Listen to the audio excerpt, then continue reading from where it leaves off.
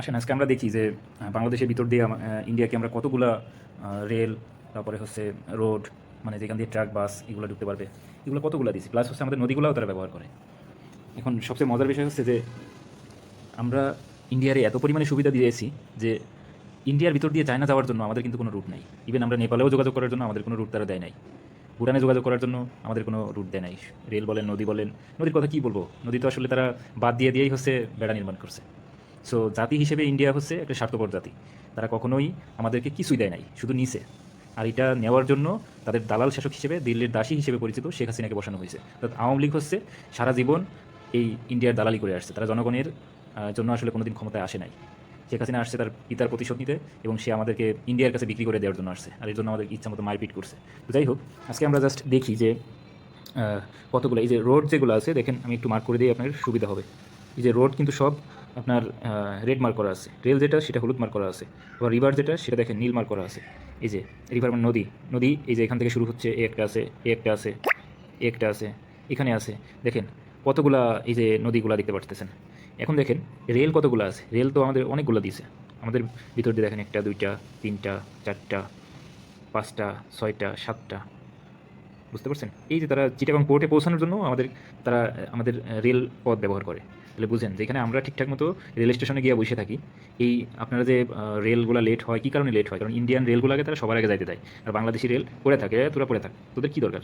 আমরা তো ইন্ডিয়াই হচ্ছে আসল। কারণ জনগণ তো 15 বছর ধরে কোনো ভোট বা যাই বলেন কিছুই তো দিতে পারে নাই। তো এইগুলা হচ্ছে ইন্ডিয়া আমাদের, ইন্ডিয়ার কাছ থেকে আমরা এইগুলো পাইছি, যে ইন্ডিয়া শুধু আমাদেরকে ব্যবহার করছে। এখন দেখেন কতগুলো তারা ভাগ করছে, বাংলাদেশে কিছু রাখছে। বাংলাদেশের ভিতর দিয়ে রেল, নদী টদী, হাবি জাবি সব ব্যবহার করে বাংলাদেশে তো খণ্ড বিখণ্ড রাখছে। এখন লাস্ট হচ্ছে তাদের কৌশল ছিল যে বেনাপোল থেকে আগরতলা, মানে হচ্ছে আপনার কলকাতার সাথে এই সেভেন সিস্টার যেটাকে বলে, সাত রাজ্য, এটার সাথে আখাউড়া আর হচ্ছে বেনাপোল, এই দুইটা কানেকশন করছে হলো আপনার পদ্মা সেতু হয়ে। এই পদ্মা সেতুটা করছে, আমি আগে একবার আলোচনা করেছিলাম যে পদ্মা সেতু এখানে যেটা করা হয়েছে এটা জাস্ট ইন্ডিয়ার সুবিধার্থে। আর সেটার জন্য নড়াইলের ভিতর দিয়ে মাশরাফির কথা বলা হয়, মাশরাফি অনেক কিছু বলে, তার উন্নয়নের কাজ করছে, হ্যান ত্যান। আরে ভাই রে, এগুলো তো সেই ইন্ডিয়ার প্ল্যান হিসেবে কাজ করছে। মাশরাফি টাশরাফি এগুলো ভাই কিছুই না, এগুলো জাস্ট হলো সে তার সুবিধা দেখাইছে। কিন্তু মূলত এগুলো হচ্ছে ইন্ডিয়ান প্ল্যান। আগে যে এখান থেকে তারা ঘুরে ঘুরে ঘুরে ঘুরে সারা বিশ্ব পাড়ি দিয়ে এখানে আসতো। তার মানে আপনি দেখেন যে কত কত গুণ, মানে হচ্ছে প্রায় 4 গুণ, 4 গুণ বেশি রাস্তা তারা ঘুরতো। মানে 3 4 1200, 1200 কিলোমিটারের মতো হবে এতটুকু রাস্তা। এই 1250 কিলোমিটার তার আসতে 2 দিন লেগে যায়। আর সে এটা পাচ্ছে মাত্র 7.5 ঘন্টার বিনিময়ে। সে 333 কিলোমিটার পাড়ি দিয়ে এখান থেকে সে কুমিল্লা হয়ে, এই যে যশোর হয়ে, নড়াইল হয়ে, তারপরে পদ্মা সেতু হয়ে, কুমিল্লা হয়ে, ঢাকা হয়ে কুমিল্লা হয়ে, এভাবে সে চলে যাচ্ছে। তাহলে সে বাংলাদেশে কয়টা ভাগে ভাগ করছে? আর এর ভিতর দিয়ে তো আরও অনেকগুলা রেল হাবি জাবি দিয়ে ভরে রাখছে। বাংলাদেশে তো মানে ভাগ করে শেষ করে ফেলছে। আর শেষ ভাগ হচ্ছে এইটা, যে সে এটার ভিতর দিয়ে সামরিক অস্ত্র, যানবাহন, যা যা মন চাই সে, এই শুধু রেল না, এটার সাথে কিন্তু যানবাহনও জড়িত।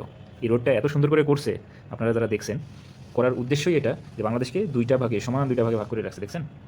অর্থাৎ তারা বাংলাদেশকে এভাবেই আগ্রাসী নীতি নিয়ে আগাইছিল। আর এটাই হচ্ছে এই আন্দোলন যারা করছে, তারা আসলে তাদের দেশমাতৃকা দেখাইছে যে না, এখনই হচ্ছে আমাদের জেগে ওঠার সময়। আপনি যদি নেক্সট ডে আবার সেই ইন্ডিয়াকে নিয়ে আসেন, তাহলে বুঝতেছেনই তো যে আপনার অবস্থা কতটা ভালো হবে।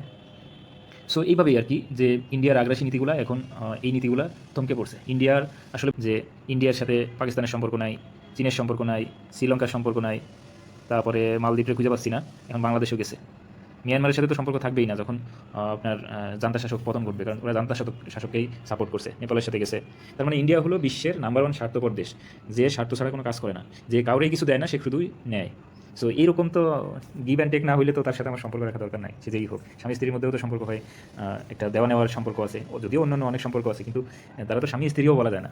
তারা তো জাস্ট হলো শেখ হাসিনা বা আমাদেরকে নির্যাতন করছে, সোজা হিসাবে শেখ হাসিনা আমাদেরকে নির্যাতন করছে, আর ইন্ডিয়া আমাদেরকে নির্যাতন করছে। দুইজনেই আমাদেরকে নির্যাতন করে একবারে জনগণকে পিষে ফেলাইছে। আমাদের তো বেঁচে থাকা দরকার নাই, কিন্তু জালিমের শাসনের তো অবসান আছে। পৃথিবীতে কোনো জালিম শাসকই টিকতে পারে নাই, হিটলারের মতো জালিম শাসক তাই টিকতে পারে না। এর আপনি তো কোথাকার কিরা। তাই হোক, থ্যাংক ইউ, আজকে এই পর্যন্ত, অনেক ধন্যবাদ।